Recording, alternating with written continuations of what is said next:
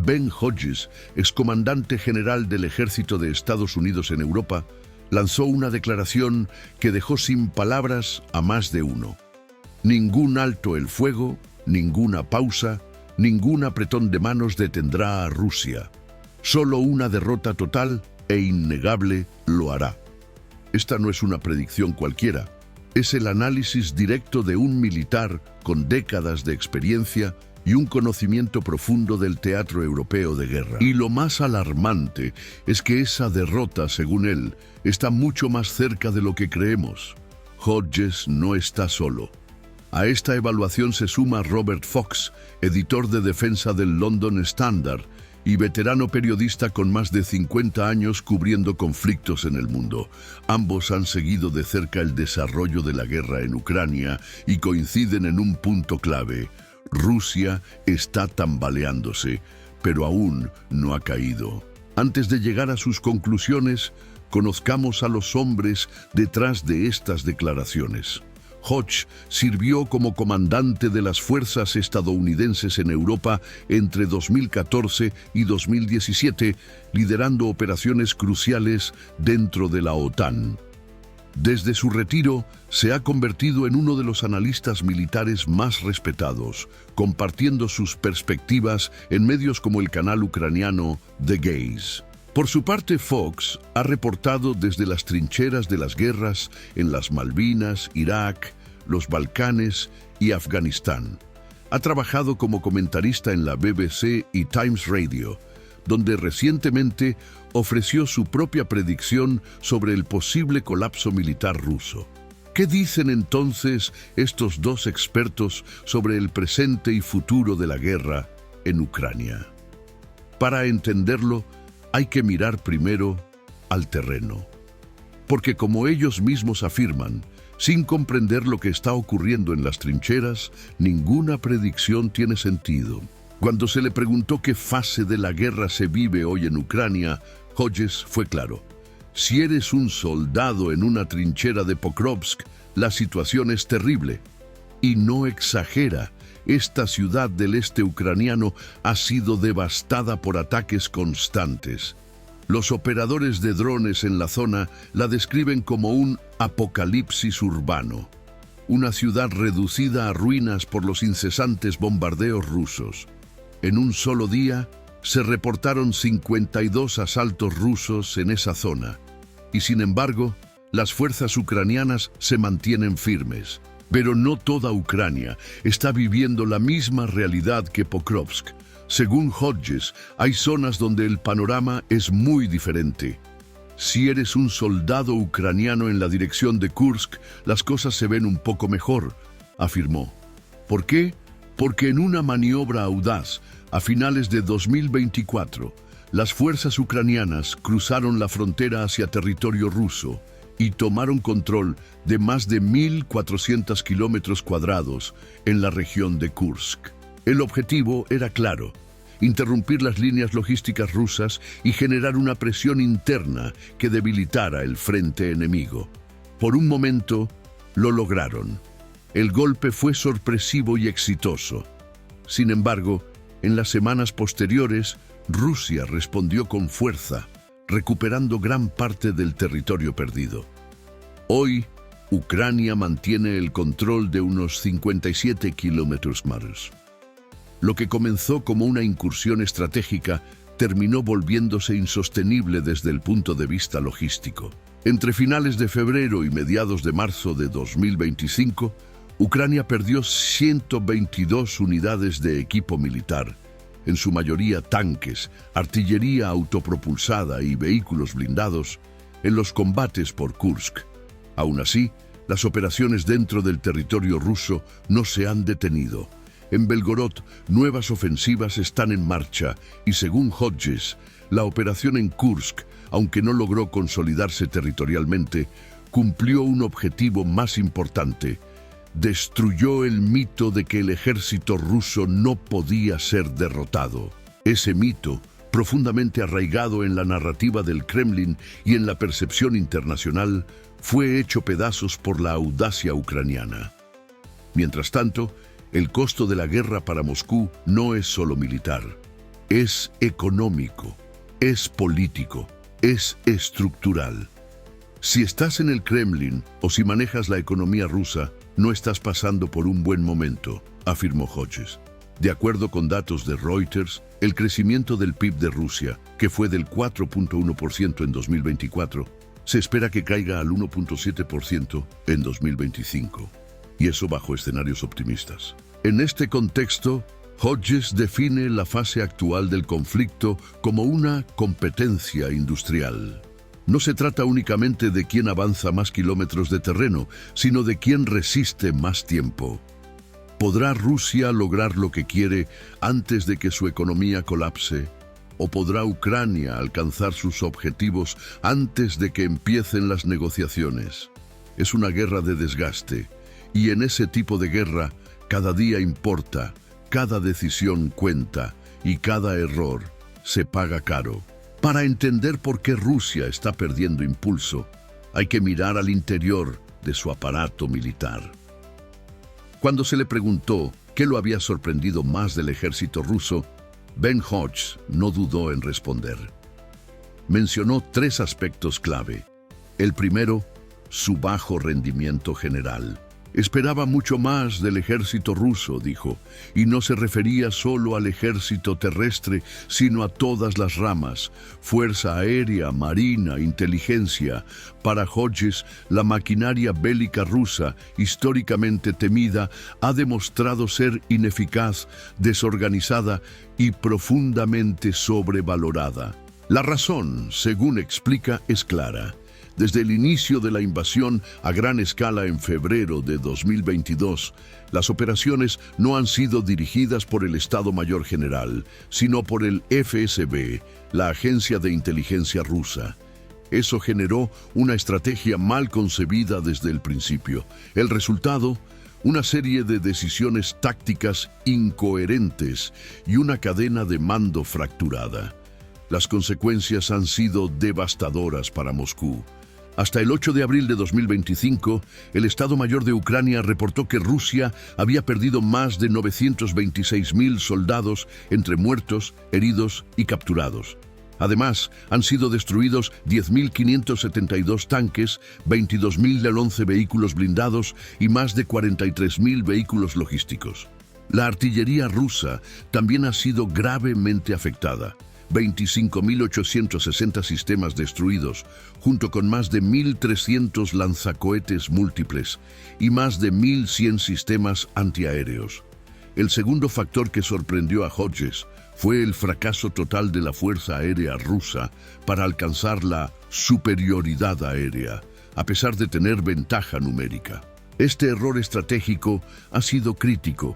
Las defensas antiaéreas ucranianas, apoyadas por sistemas avanzados como el Patriot y el S-300, han obligado a los aviones rusos a volar a baja altura, haciéndolos vulnerables. A esto se suman problemas de mantenimiento, corrupción interna y una falta crónica de coordinación entre fuerzas aéreas y terrestres. El resultado, una fuerza aérea que no solo está fallando en sus objetivos, sino que además se ha convertido en un símbolo del deterioro militar ruso.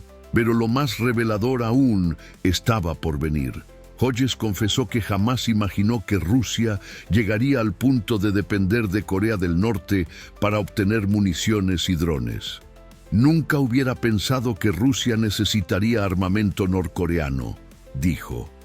Y sin embargo, eso es exactamente lo que ocurrió. La tercera gran sorpresa para Ben Hodges fue, sin duda, el nivel de dependencia que Rusia ha desarrollado hacia Corea del Norte, una potencia nuclear del siglo XXI, recurriendo a uno de los regímenes más aislados y empobrecidos del planeta para abastecer su guerra. En sus palabras, jamás hubiera imaginado que Rusia necesitaría municiones y drones norcoreanos. Pero así ha sido. Desde mediados de 2024, Corea del Norte ha enviado más de 20.000 contenedores de municiones, lo que equivale a unos 9 millones de proyectiles de artillería, según estimaciones de inteligencia ucraniana.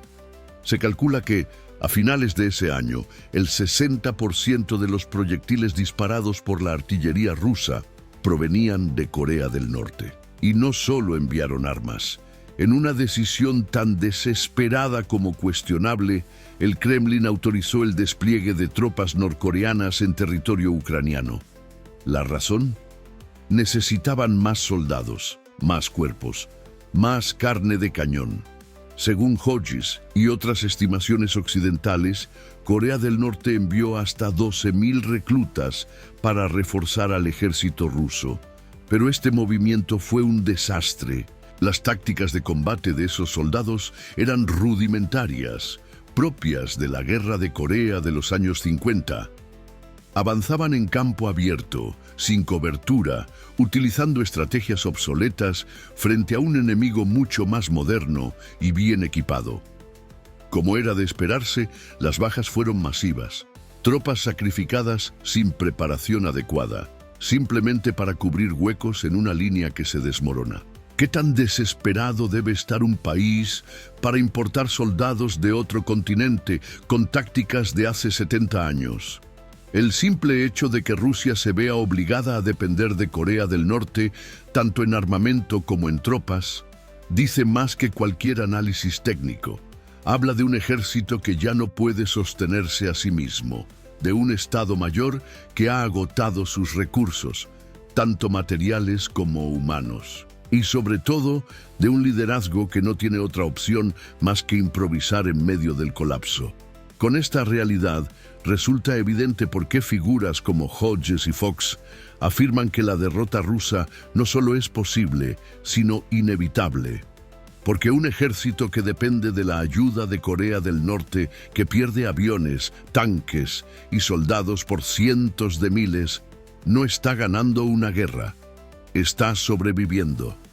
Por ahora, en medio de esta crisis militar, Vladimir Putin ha recurrido a lo que muchos analistas consideran su última carta, la propaganda armamentista. Y en ese terreno, el Oreshnik se ha convertido en el símbolo más claro del intento ruso por disfrazar debilidad con amenazas grandilocuentes.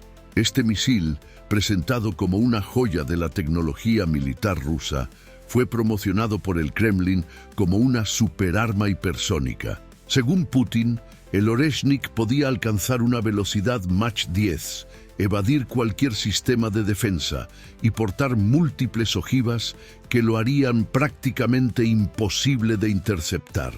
La intención era evidente: sembrar miedo, proyectar poder, reforzar la narrativa de que Rusia seguía siendo invencible, pero la realidad, como han explicado numerosos expertos, es muy distinta. El Oreshnik no es una revolución tecnológica, es un parche, un sistema construido sobre tecnologías antiguas, con apenas un 10% de componentes nuevos. Es un misil decorado, no rediseñado. Aunque su velocidad pueda impresionar, su precisión es cuestionable y su utilidad en el campo de batalla convencional es limitada. El mejor ejemplo de esto fue el ataque a Dnipro, donde el impacto del misil fue más psicológico que estratégico. Hodges fue contundente al describirlo. El Oreshnik es el último intento del lado ruso de amenazar a Occidente con un arma nuclear. Pero a estas alturas ya nadie se lo cree, ni los aliados de Ucrania, ni el público internacional, ni siquiera algunos dentro de Rusia. La amenaza nuclear, que en otro tiempo hubiera causado pánico en las cancillerías del mundo, hoy se percibe como un acto desesperado, un eco vacío, una señal de que el Kremlin ya no tiene cartas reales en la mano. A pesar de eso, Putin no se ha rendido. Todo lo contrario. Recientemente lanzó la mayor campaña de reclutamiento militar en años. 160.000 hombres entre 18 y 30 años han sido llamados a filas. ¿La meta? Ampliar el tamaño del ejército ruso a 2,39 millones de soldados, con al menos 1,5 millones en servicio activo. ¿Parece esta la decisión de un hombre que aceptará un alto el fuego y se retirará? En absoluto. Putin no está buscando una salida. Está redoblando la apuesta, aun si eso significa llevar a su país al límite. Pero ese límite, según los expertos, está peligrosamente cerca. Cuando se le preguntó a Ben Hodges cómo podría detenerse el militarismo ruso, no dejó lugar a interpretaciones. Tienen que ser derrotados. Si no son derrotados, esto continuará. Habrá otro Putin después de este, o alguien muy parecido.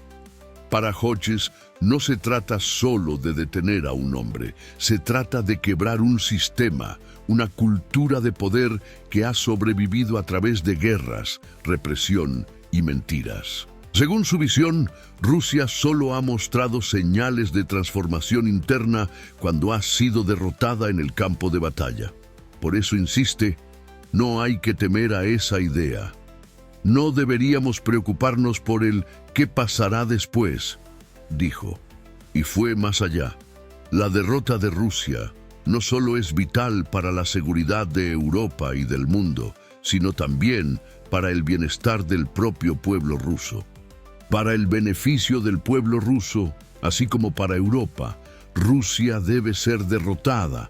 Tal vez entonces podrían producirse reformas internas que beneficien a 140 millones de personas, en lugar de la élite de 1 millón que hoy se beneficia de toda la riqueza del país. La pregunta que queda es, ¿estamos realmente cerca de ese punto de inflexión?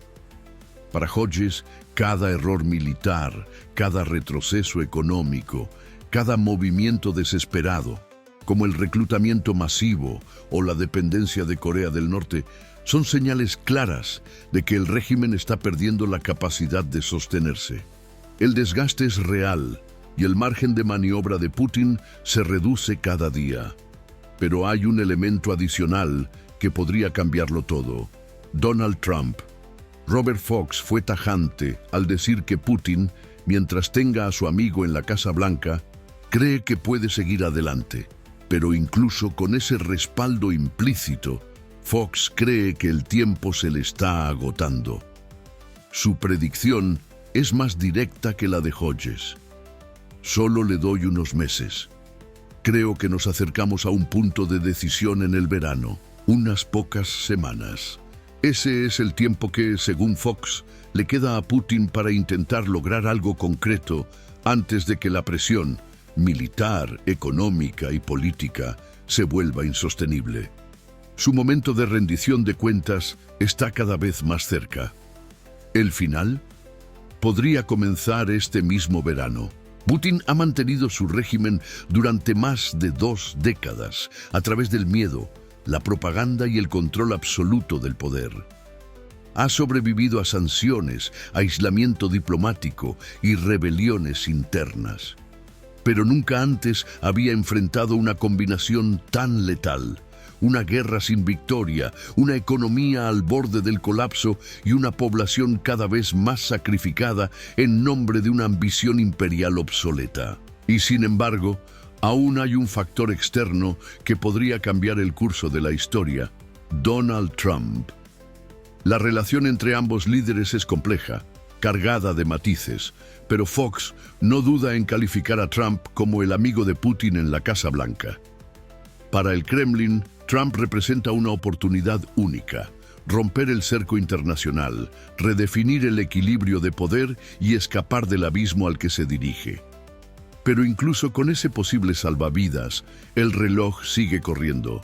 La visión de Trump sobre una salida negociada choca con la necesidad de Putin de presentarse como vencedor, no como alguien humillado. Para él, hacer la paz no es una estrategia, es una derrota simbólica. Y eso convierte cualquier negociación en un campo minado. Hodges advierte que si la guerra termina sin la derrota rusa, lo que se obtendrá no será paz, sino una pausa antes de la próxima agresión. Cualquier alto el fuego sin garantías firmes solo servirá para que Rusia se rearme, explicó. Por eso insiste en que la única garantía real para Ucrania es la membresía plena en la OTAN. No observadores, no cascos azules. Una alianza real, con fuerza disuasiva, que impida que esta historia vuelva a repetirse, porque con Rusia no se negocia con confianza, se negocia con presión. Y entonces llegamos a la pregunta final, la más difícil, la más importante. ¿Es este realmente el comienzo del fin para Putin o simplemente otro capítulo de un conflicto sin resolución? Lo cierto es que por primera vez en años, la respuesta parece inclinarse hacia un desenlace. Las grietas son visibles, el mito de la invencibilidad rusa se está desmoronando. Y cuando el mito cae, lo hace todo el imperio detrás de él.